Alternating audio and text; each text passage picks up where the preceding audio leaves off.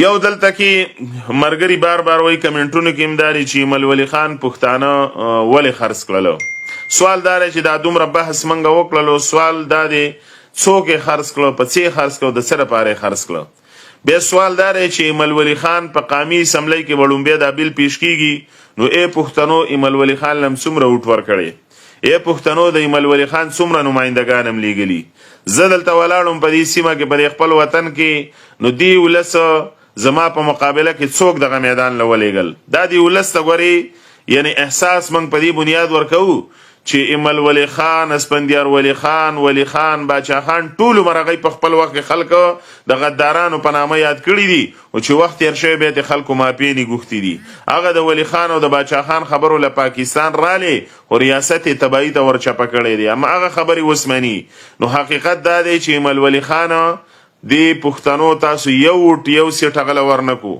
کنن په قامي اسمبلی کې د ایمل ولی خان نماینده وي، موږ ستاسو په نمایندګۍ ناست وي، نو دا بده ورځ ټیک ده، دا ختمیږي نه، خو دومره بده ورځ به هم نه وي. نو یقینا چې مسایل شته د ایمل ولی خان تاریخ دا دی چې کله د ایمل ولی خان کورنۍ پښتانه نه دي خرڅ کړي، تشې ډنډورې په دې پسې به نه ځو چې څه حقیقت دی په هغې پسې به راځو. ایمل ولی خان په دې وخت کې د بلوچستان د جنوبي پښتونخوا پښتنو په ووټ باندې په سینټ کې ناست دی. دا ټولو پښتنو دپاره یو پیغور دی په سیاست کې چې لیډر ستا دی په دې خاوره کې مرګ او ژوند د څه دی. ایمل ولی خان نن هم په ولی باغ کې اوسیږي. ایمل ولی خان په اسلام آباد کې بنگله نه دا واوري.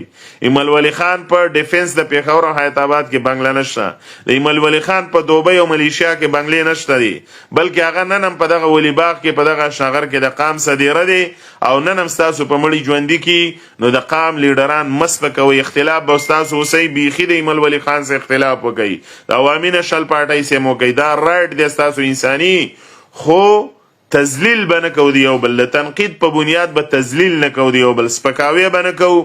موږ عمران ته احترام لرو، مولانا فضل الرحمن ته هم لرو، سراج الحق صاحب ته هم لرو، بل ته هم لرو، بل ته هم لرو. په کار دا چې تاسو هم ولی خان ته احترام ولرئ. د هغه د سیاسي فکر سره اختلاف دا ستاسو حق دی، خو د فکر او د اختلاف په معنی باندې د هغه سپکاوی دا هغه سړی ځان سپکوي چې څوک یې سپک یادوي. وایي پښتانه خرڅ که، سوال دا دی د څه شي خرڅ؟ د پښتنو نماینده خو ستا په پښتونخوا کې ناست دی که نه، ګنډاپور صاحب د وزیر اعلی کړی دی، ادي باچا دی ورشه تپوس یې وکړه چې پښتانه دې ولې خرڅ کړه، یا د پښتنو د خرڅ تپوس هغه ولې نشي کولی. په دغه قامي اسمبلی کې 45 نمایندګان ناست دي، ولې ستا په مسله خاموش دي؟ په دغه سینټ کې 40 نمایندګان نور ناست دي، ولې ستا په مسله خاموش دي؟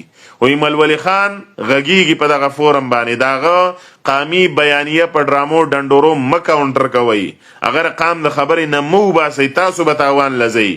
ایمل ولی خان به د قام خبره کوي، د وطن به کوي. که کله هم تاسو دا ثابته کړه چې ایمل ولی خان قام خرڅ کړلو، ایمل ولی خان د خاورې څخه غداري وکړه، راشئ د ټولو نه مخکې به بیا موږ ستاسو سره خبره ومنو. او دا تشې ډنډورې اسې د تذلیل په نامه، د ډرامو پروپاګانډو په نامه د دې خبرو نه تیر شئ. دا اسې موږ ځان سپکو، تاریخ خپل سپکو، خپله خاوره سپکو، مسایل